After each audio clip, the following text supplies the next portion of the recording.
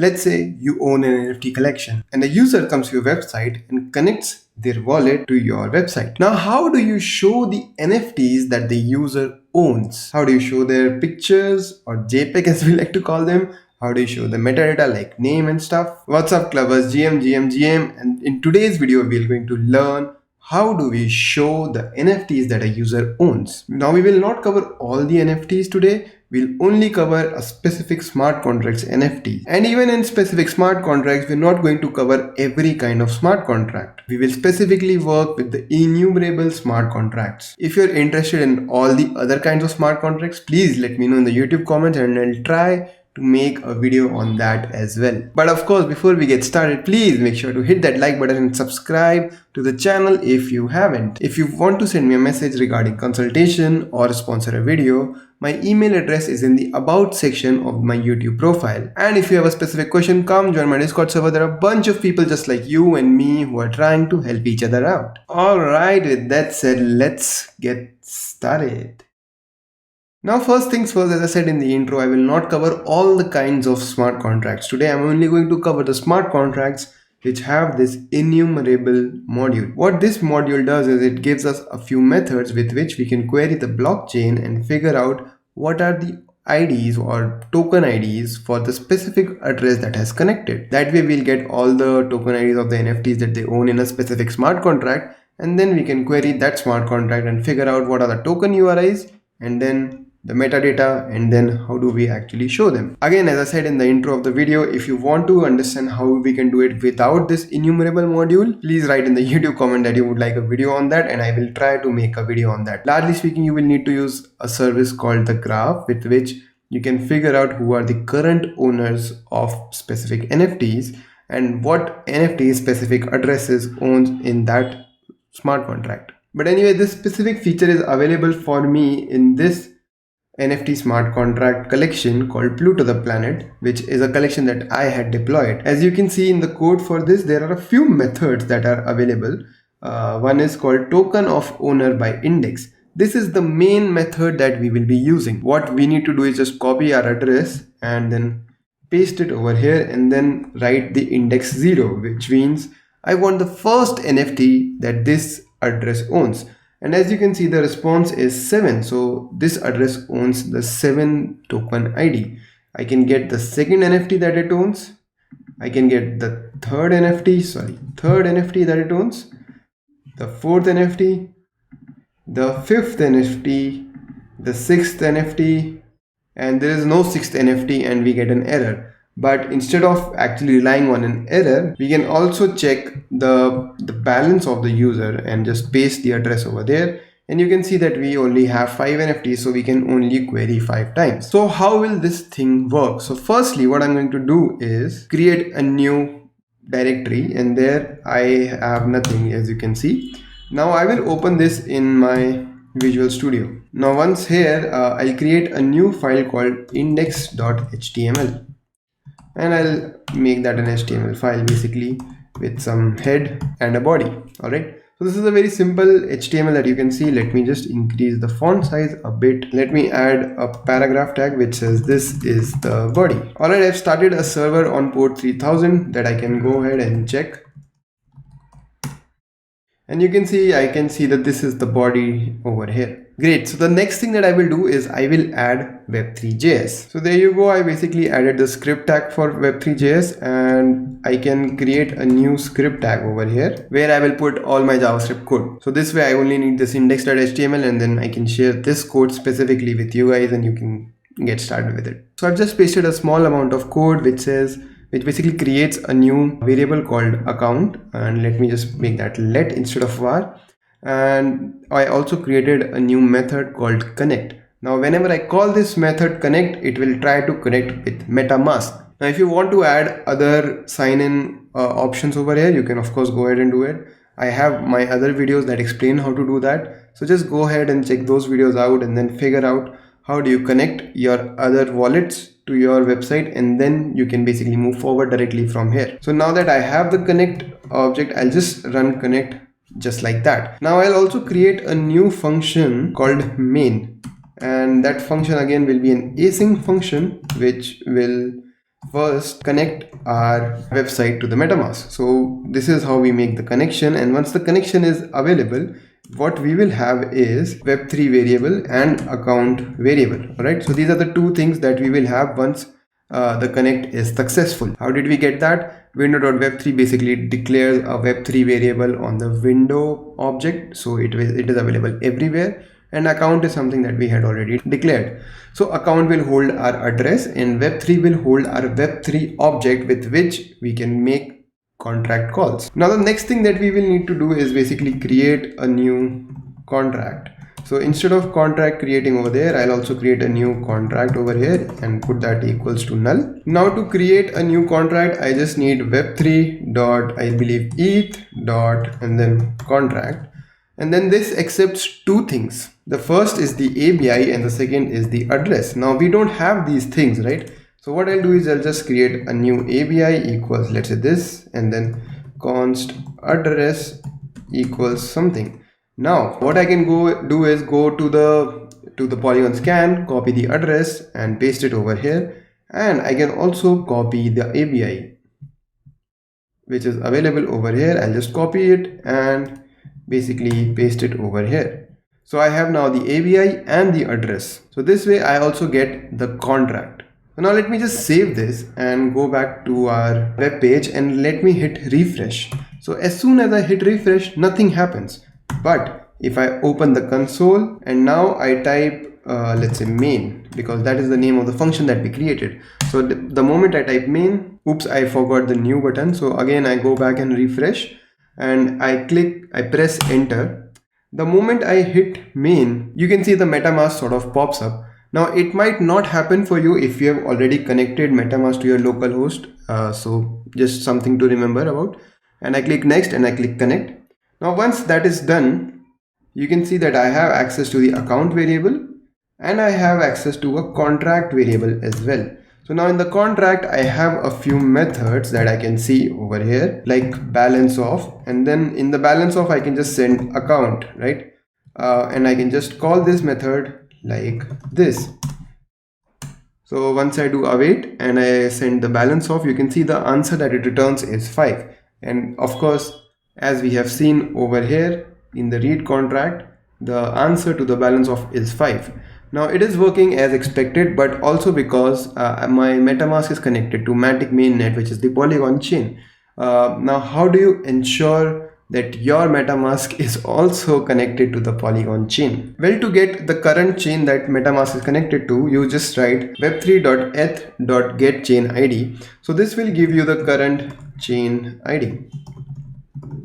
All right.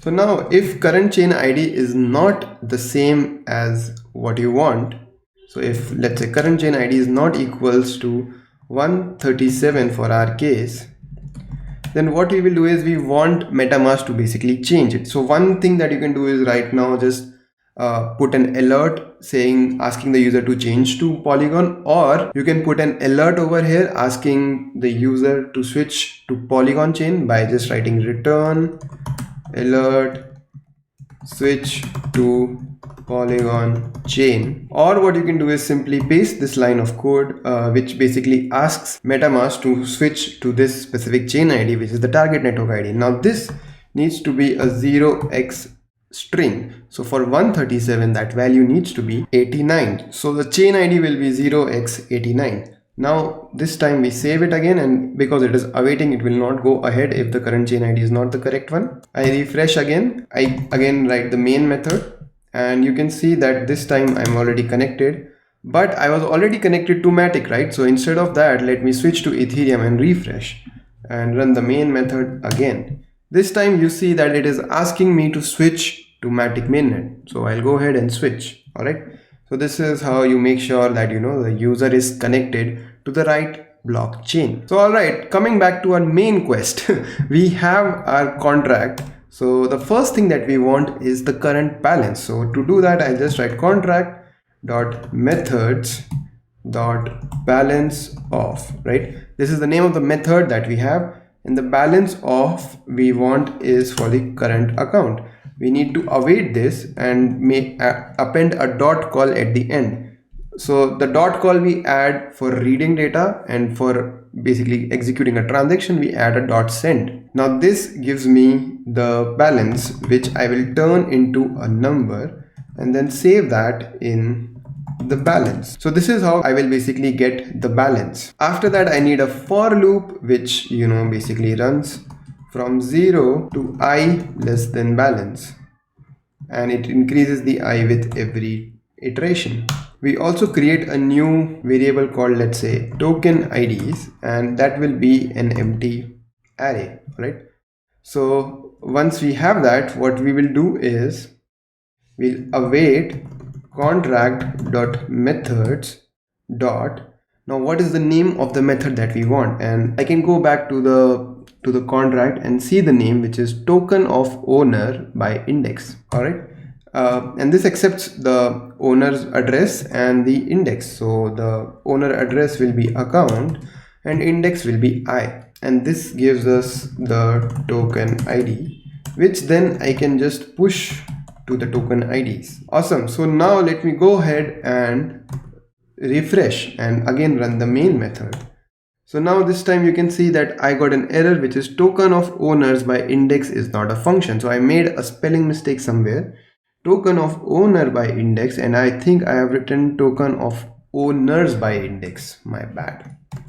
I go back, I refresh, and this time I'm not getting an error, and you can see in the token IDs I have an array of 5 lists. All right, and the 5 values that I receive are objects, which is not what I wanted, and that is the reason why I forgot to add the dot call. So now again I have to go ahead and refresh and run the main method again. This time you can see that I have an array of 4, and now I have the array of 5. So it was populating in the meanwhile when I was talking. So now that we have the array of 5, now how do we get the data? All right. So the next thing that I want is, instead of pushing the token IDs, what I want to push is the metadata or the token URI. All right. So once I have the token ID, what I will do is I'll write await contract.methods.tokenURI. And then that is for the token ID that we have. To figure out this method, you can basically check out the tokenURI method. That it sort of accepts just the tokenURI. So for the 2, this is the value that I should receive. So the tokenURI method is something that we have. I forgot to add the dot call again. But anyway, this will give me the token URI. All right. So the const token URI equals this. And now that I have the token URI, the next thing that I want is to fetch these token URIs. But I'm not going to fetch them just right now. Instead of that, what I'm going to do is, instead of token IDs, I'm just going to call them tokens. And I'll just create an object with token ID and the token URI. So I have an object which basically stores these 2 values. Now again, I go back, I refresh, I write the main, and you can see I will basically get tokens basically, and the tokens for the 0th is 7 ID, and the token ID is token URI is this. Now with the IPFS, what I've figured out is that instead of IPFS : instead of that, what we can do is we can make a call to ipfs.io. So IPFS, let me just copy the whole URL and paste it over here. So this is the whole URL. Instead of IPFS : or whatever, I will just write ipfs.io and add HTTPS in front. All right. So when I make this call, it returns with all the things that we need. Oops, you also need to add IPFS in the middle. So ipfs.io/IPFS and then the content URI. All right. So this is basically how it works. Great, awesome. So now that we have the token URI, we basically need to convert this token URI into our correct IPFS URL. That we will do when we are fetching the data. Now that we have all the things that we needed, and the next thing that we will do is basically instantiate the data, basically get the names of all the tokens, or the names and the image for the tokens that we have. So I will need the same for loop again that I can paste over here, and instead of balance I will just need to use tokens.length. So now this way we get the const token equals tokens and then I. And the next thing that I need to do is basically fetch the metadata. So const metadata equals tokenURI dot substring and then 7. So this means just take the part after the 7th character, so that way we get our content hash. And then based on that, what we will do is put this in a string and then interpolate this value in that string.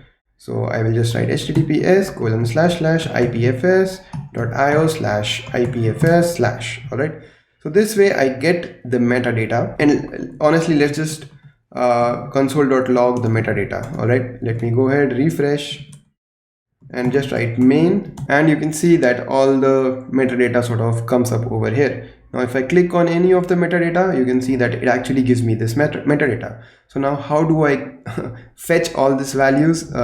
It's a very simple way. You can just copy the URL right now over here and just write here fetch. All right, so in a string, and this will give you the correct values. So when I do a fetch and I wait for a while, you can see that I've got some response. The response is like this. I think I can read the responses value as a JSON, and once I do that, and I need to add the await as well. So I do it again and I do the await this time. You can see that it returns with all the values that we need, especially the image. All right, once you have that, you can basically go ahead and put this over here. So I'm going to fetch the metadata and I receive the metadata over here. This is the metadata response. So the metadata is actually metadata response.json, which needs to be awaited. And what we can also do is we can push this metadata in the token.metadata equals metadata. So this time if I refresh and write main, you can see that tokens have the array of 5, and in the 0th you can see that there's a token ID, token URI, and metadata. In the metadata you can check out the name, the description, and then there's image as well, which we will need to change, of course. But now that we have the metadata, we just need to push this metadata on to the HTML. Now one thing that I will need to change is remove this p tag that we had and just add a simple div with an ID. All right, the ID will be, let's say, the root, and we will just leave it like that. The next thing that we will need is some sort of HTML that we can clone and put in the root. Let me just create that HTML out. So let's say it starts with a div, then it has an h1, which is the title, and then it has, after the title, it also has the number of the token ID, and then let's say we have an image tag, and that image is something. To basically get that image, let's say we use this image. So this will be https://ipfs.io/ipfs/ the image hash.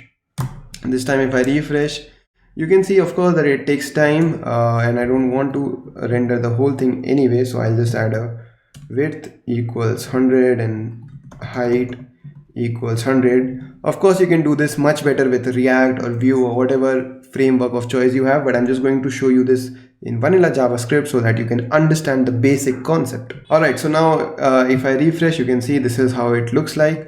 Let me add one HR as well, and I believe that should be it. And let's say this is what 2 elements will look like, which is fine for us. All right, so now what I can do is I can just copy this and I can put this in a function called create element,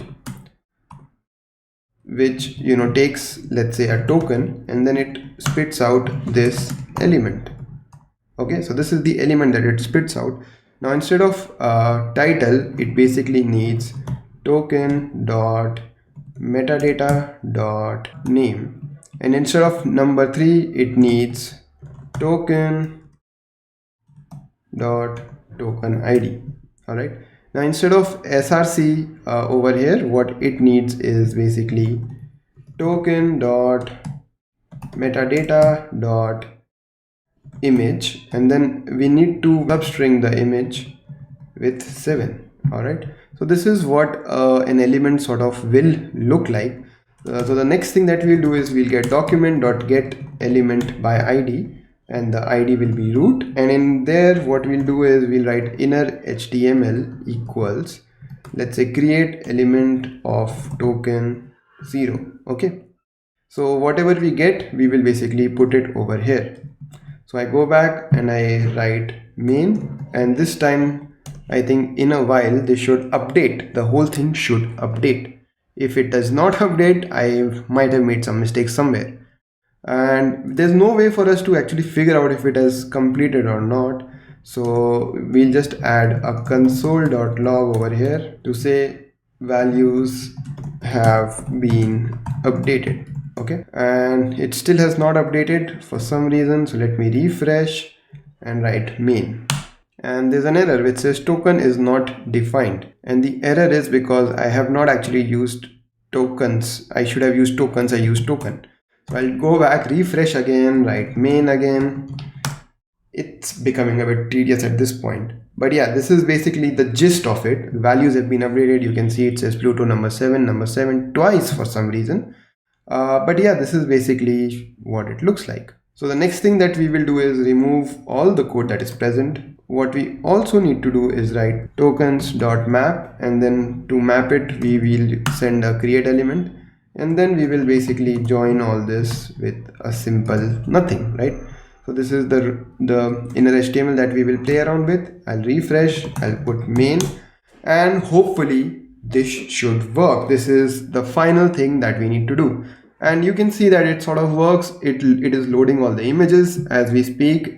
You can see that, you know, all the images are there except this one, and for some reason I'm getting this twice, and I figured out why I'm getting this twice. It's because in the name itself there's number 7. So for this specific case, if I remove the token ID, it will still work fine, or I can actually move this to, let's say, in the beginning, and again refresh, and, you know, wait for the main to complete, and it will render as we need. And this is how you basically connect a user to your website, get their NFTs, and show them on your website. This is going to be especially helpful if you're going to create an NFT marketplace or a gallery of some kind. If you've been watching the video till now, I hope this was very helpful to you. I know this was a lot of technical things, but I guess there's no running away from things like this. Thank you so much for watching the video till the end. If you like this video, please make sure to hit that like button and subscribe to the channel if you have not subscribed. If you want to see a part 2 of the video where we go through all data collection with the graph involved, so that we don't need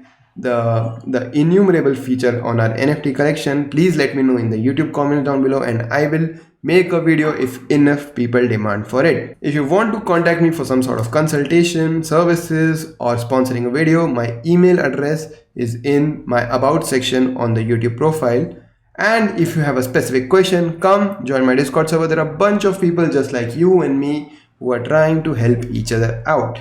I hope to see you again next week. Till then, bye bye.